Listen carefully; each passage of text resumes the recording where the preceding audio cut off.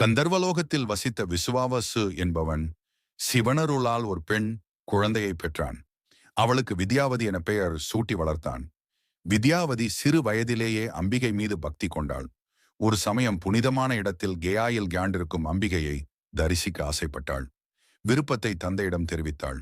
கடம்பவனம் எனப்படும் மதுரை தலத்தை காட்டி இங்கு குடியிருக்கும் அம்பிகை ஷியாமளையை வழிபடும்படி கூறினான் விசுவாவசு.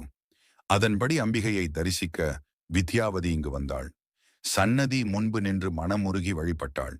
இக்கேயாயில் பிடித்து போகவே இங்கேயே தங்கி சேவை செய்தாள். அவளுக்கு 3 வயது சிறுமியாக காட்சி தந்த அம்பிகை, என்ன வரம் வேண்டும் கேள் என கேட்டாள்.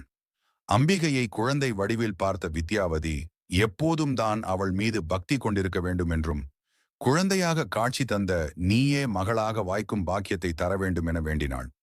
உன் விருப்பம் அடுத்த பிறவியில் நிறைவேறும் என அம்பிகை வாக்கு கொடுத்தாள். இதன்படி அடுத்த பிறப்பில் சூரிய வம்ச அரசனான சூரசேனனின் மகள் காஞ்சனமாலாவாக அவதரித்தாள் வித்யாவதி. பக்தையானவளுக்கும் மதுரையை ஆண்ட மலையத்துவஜ பாண்டியனுக்கும் திருமணம் நடந்தது. அவர்களுக்கு குழந்தை பேறு வாய்க்கவில்லை. மன்னனும் புத்திரப்பேருக்காக புத்திரகாமேஷ்டி யாகத்தை நடத்தினான். யாகத்தியில் 3 வயது குழந்தையாக அம்பிகை தோன்றினாள். அப்போது காஞ்சனமாலைக்கு முற்பிறவியில் அம்பிகை வாக்களித்தது நினைவுக்கு வந்தது. மகிழ்ந்த மலையத்துவஜனும் காஞ்சனமாலாவும் குழந்தையை சீரும் சிறப்புமாக வளர்த்தனர். ஆண் வாரிசு இல்லாததால் மகளுக்கு ஆயகலைகள் 64 கற்பித்தனர். தனக்கு பின்பு மதுரையை ஆட்சி செய்யும் பொறுப்பை ஒப்படைத்தான். மீன் போல எப்போதும் விழிப்புடன் இருந்து மதுரையை ஆட்சி செய்ததால் மீனாட்சி என பெயர் பெற்றாள். இதன் பிறகு சியாமளை என்பதை விட மீனாட்சி என்ற பெயரே நிலைத்தது. இவ்வாறு பக்தைக்கு அருள் புரிபவளாக மீனாட்சி மதுரையில் அருள்கிறாள்.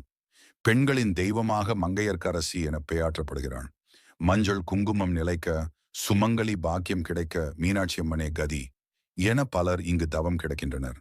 ஒரு வீட்டில் பெண்களின் ஆதிக்கம் நடக்கிறது என்றால் அவ்வீடு மதுரை என பெயர் பெறும் அளவுக்கு மீனாட்சியின் புகழ்கொடி கட்டி பறக்கிறது.